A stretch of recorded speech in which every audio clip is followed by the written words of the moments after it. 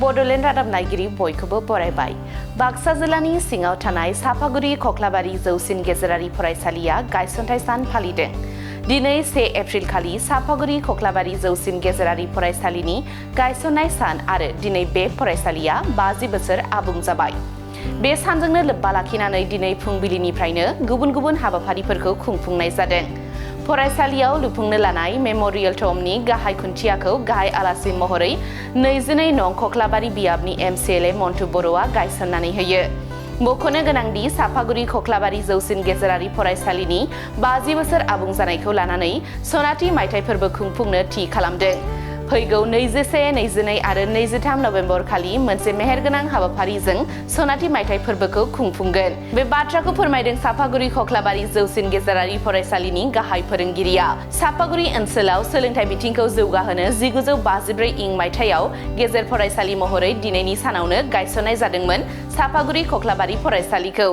1975 इं मायथाइयाव गोजौ फरायसालि महरै गनायथि मोनदोंमोन आरो बिनि उनाव 2022 इं मायथाइयाव जौसिन गेजेरारि फरायसालि महरै गनायथि मोनदोंमोन सापागुरि खख्लाबारि जौसिन गेजेरारि फरायसालिया। फैगौ नभेम्बर दानाव खुंफुंजानो गोनां सनाथि मायथाइ फोरबो फालिथायनि सोमोन्दै माखासे बाथ्राफोरखौ फोरमायदों बानजाय आफादनिफ्राय। फै बे समाव आबुं बाथ्राखौ मिथिनानै लानि। गिबियावनो आङो बड'लेण्ड रादाब नोंथांमोननि मिडियाखौ जोंनि फरायसालिनिफ्राय साबायखर बावनाय जाबाय। बेवहाय जोंनि खौरांखौ बुथुमनो फैनायनि थाखाय। जोंनि बे सापागुरि खख्लाबारि हायार सेकेन्डारि स्कुला देग्लाय बे 2025 दिनैनि सानाव गायसनजादोंमोन। 50 बोसोर जानो थांबाय दं। बेनिखायनो जोङो सनाथि मायथाइ फोरबो फालिनो जोङो साखाफारा जादों।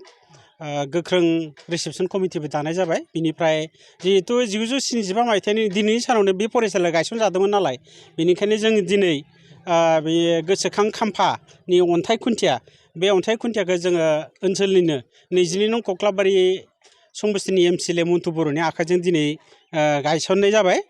दा जोङो बे 50 बोसोराव जोंनि फरायसालिया साबैसे फरायसाखौ सोरजिनानै जोंनो सुबुं धोनखौ जोंनो मा होनो हागौ समाजनो, बेनि हिसाब खिथाबखौ जोङो बेखिनि फैगौ कनफारेन्सफोराव सावरायनाय जागोन।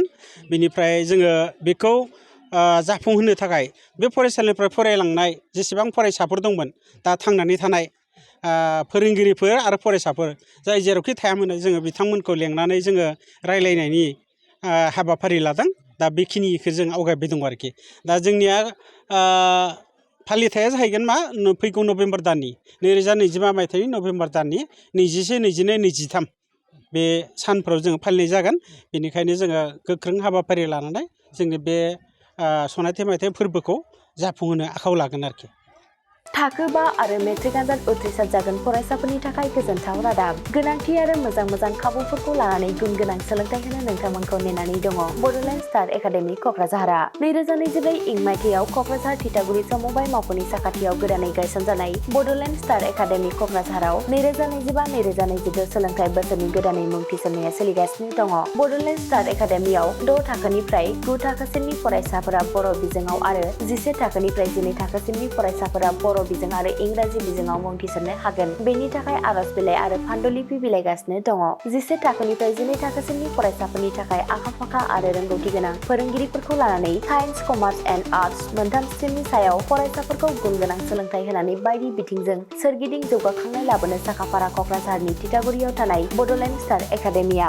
बड'लेण्ड स्टार एकाडेमियाव मुं थिसननोब्ला बाङाइ बेसेनाव मुं थिसननायनि गेजेरजोंनो फरायसाफोरा गाहायाव होनाय माखासे खाबुफोरखौ मोननो हागोन। इंराजि सोलोंनायनि खाबु, साखोन-सिखोन थाखो खथा, बिजाब बाख्रि, BPL थाखोनि फरायसा फरायसुलिफोरनि मुं थिसननायाव 20% मासुल रेहाय होनाय। बेजों लोगोसेनो नोंथांमोनहा JEE नीट आनजादनि थाखाय बेसेन नाङै फोरोंथाइ, मान्थलि मक टेस्ट, जिउ राहा दानाय बायदि गियानलु आयदाफोरनि उफ्रा सोलोंफारिफोरनि खाबुफोरखौ मोननो हागोन। हौवासा आरो हिन्जावसाफोरनि थाखाय मुलाम्फा गोनां मोजां जामुं आरो मोजां थाग्रा खथानि खाबु गोनां हस्टेलनि खाबुफोरखौबो मोननो हागोन। बिदिब्ला गोबाव खालामाजासे नोंथाङाबो बड'लेण्ड स्टार एकाडेमियाव थाबैनो मुं थिसननायनि थाखाय सुलाद लादो।